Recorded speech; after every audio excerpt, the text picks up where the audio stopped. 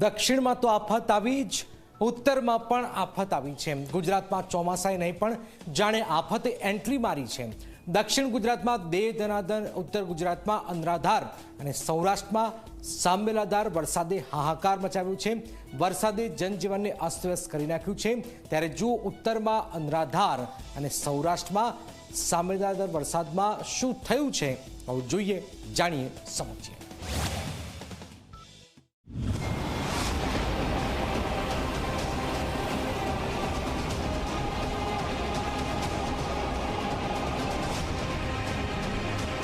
શરૂઆત રાજ્યની રાજકીય લેબોરેટરી મહેસાણાથી કરીએ। અહીં ગોપી નાળું થોડા જ વરસાદમાં તરબોળ થઈ ગયું છે। નાળાનો એક તરફનો રસ્તો બંધ કરવાની ફરજ પડી। દર વર્ષે ગોપી નાળું ભરાઈ જાય છે અને સ્થાનિકોને સંકટનો સામનો કરવો પડે છે।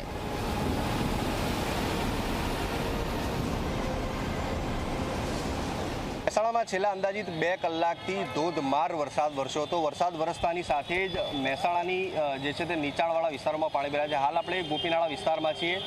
મહેસાણા 1 અને મહેસાણા 2 ને જોડતું જે છે તે મુખ્ય નાળું છે। મહેસાણા શહેરમાં જે જૂના મહેસાણામાં મહેસાણા 1માં જવું હોય તેના માટે જે છે તે ગોપીનાળા થઈને જવું પડે છે, પરંતુ હાલમાં પાણી ભરાતા વાહન ચાલકો કહી શકાય કે ભારે મુશ્કેલીમાં મુકાય છે। આપ જોઈ શકો છો કે પાણી જે છે તે પગદંડી સુધી આવી ગયું છે, એટલે છલોછલ કહી શકાય કે હાલમાં ભરી ગયું છે। ત્યારે પાણી ભરાતા એક જ તરફી નાળામાં જે છે તે વાહન વ્યવહાર ચાલુ રાખવામાં આવ્યો છે, ત્યારે જેના કારણે હાલમાં ભારે ટ્રાફિક જામના દ્રશ્યો પણ સર્જાયા છે।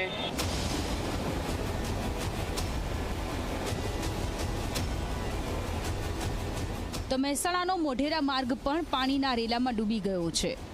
રોડ પર નદી જેવી સ્થિતિ સર્જાઈ છે અને વાહન ચાલકો મુશ્કેલીમાં મુકાયા છે।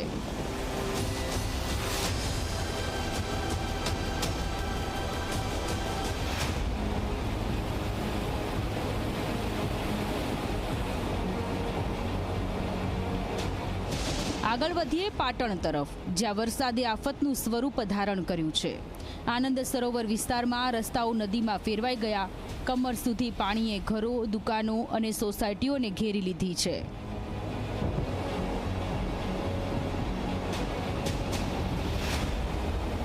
પાટણ શહેરમાં અવિરત વરસાદ વરસવાના કારણે ક્યાંક ને ક્યાંક નીચાણવાળા વિસ્તારો પાણીમાં ગરકાવ થઈ જવા પામે છે। કેમેરામેન કે દ્રશ્ય બતાવે કે આ પાટણ શહેરના જે નીચાણવાળા વિસ્તારોની અંદર પાણી ગરકાવ થઈ જતા લોકોને પારાવાર મુશ્કેલીનો સામનો કરવો પડી રહ્યો છે।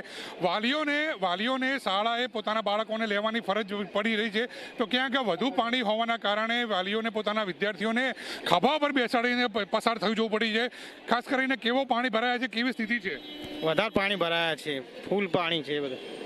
છોકરાઓની તકલીફ પડે છે લેવા જવામાં। કઈ શાળામાં ભણે છે બાળક? બીએમ પ્રાથમિક શાળામાં। ક્યારે જાણ કરી બાળકોને? તરત જ કરી, વરસાદ ચાલુ થયો ત્યારે તરત જ કરી। કેવા પાણી ભરાયા છે? ફૂલ પાણી ભરાયા છે। ચોક્કસ જે પ્રકારે આનંદ સરોવર સહિતના વિસ્તારોમાં જે પાણી ગરકાવ થવાના કારણે પારાવાર મુશ્કેલીનો લોકોને સામનો કરવાનો પાર આવે છે, ત્યારે નગરપાલિકા તંત્ર પ્રી મોન્સૂન પ્લાન ઘડવામાં આવે છે, પરંતુ એ માત્ર કાગળ ઉપર હોય તેવા દ્રશ્યો અહીંયા સ્પષ્ટપણે જોવા મળી રહ્યું છે।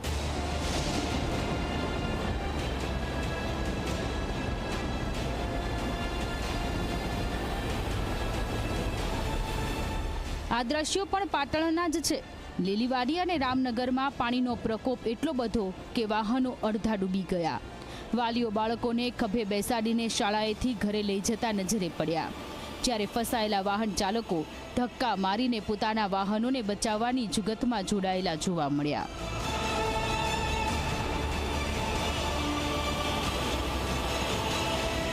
ગાયત્રી દર્શન ફળમાં 35 વિદ્યાર્થીઓને આ પરેશાની છે ભણવા માટે। અત્યારે છોકરા અત્યારે બહાર ઊભા જ છે। આપ સહી જોઈ આવો, તાત્કાલિક આ પાણીનો કંઈક નિકાલ કરે કે અમારા જેવા વૃદ્ધ માણસો આ ગાડીઓ લઈને નીકળવું ના પડે અને ચાલી શકે એવો કંઈક પ્રયત્ન કરી શકો છો। બહુ પાણી ભરે, ક્યારે સુધી પાણી ભરે અમારે। અચ્છા, પાલિકા આવે છે? તંત્ર નથી આવતું કોઈ અત્યારે, તો હાલ જોવાય નથી આવતું। કેટલા દિવસ પાણી ભરાઈ રહ્યા છે? આ તો ભરાઈ રહે તો કાઠવાડી દાદાથી ભરાઈ રહે, નિકાલ નહીં થતો। પદમના ચોકડી પાણી બહુ ભરાણી હોય જબરજસ્ત, અને હેડવાની તકલીફ બહુ પડે, અને હેડાતું નહીં, કશું કોઈ આવ્યું નહીં। કોઈ પાણીનો નિકાલ? કોઈ કશું જ નહીં।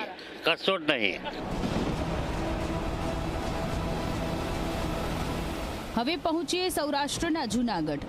અહીંનો અંડરપાસ જાણે સ્વિમિંગ પુલ બની ગયો હોય, એટલું પાણી કે મોટું વાહન પણ ડૂબી જાય।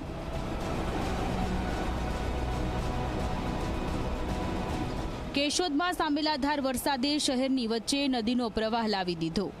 નાળાઓ, સોસાયટીઓ અને રસ્તાઓ પાણીથી છલોછલ. લોકો મુશ્કેલીમાં મુકાયા અને જનજીવન ખોરંભે ચડી ગયું છે. વરસાદના આ કહેરમાં સ્થાનિકો ભારે મુશ્કેલીનો સામનો કરી રહ્યા છે.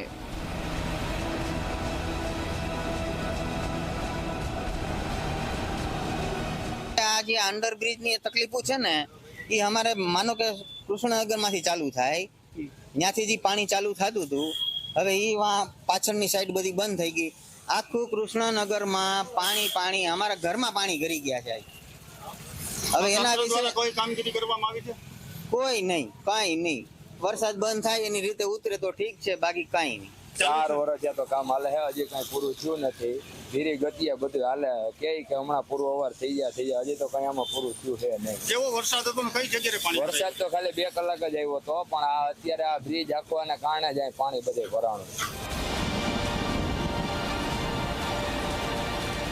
આ દ્રશ્યો દર્શાવે છે કે ગુજરાતમાં વરસાદે જનજીવનને કેટલું અસ્તવ્યસ્ત કરી નાખ્યું છે. રસ્તાઓ, ઘરો અને બજારો બધું જ પાણીમાં ડૂબી ગયું છે. સ્થાનિક વહીવટી તંત્ર રાહત અને બચાવ કામગીરીમાં લાગેલું છે, પરંતુ લોકોની મુશ્કેલીઓ હજુ યથાવત છે.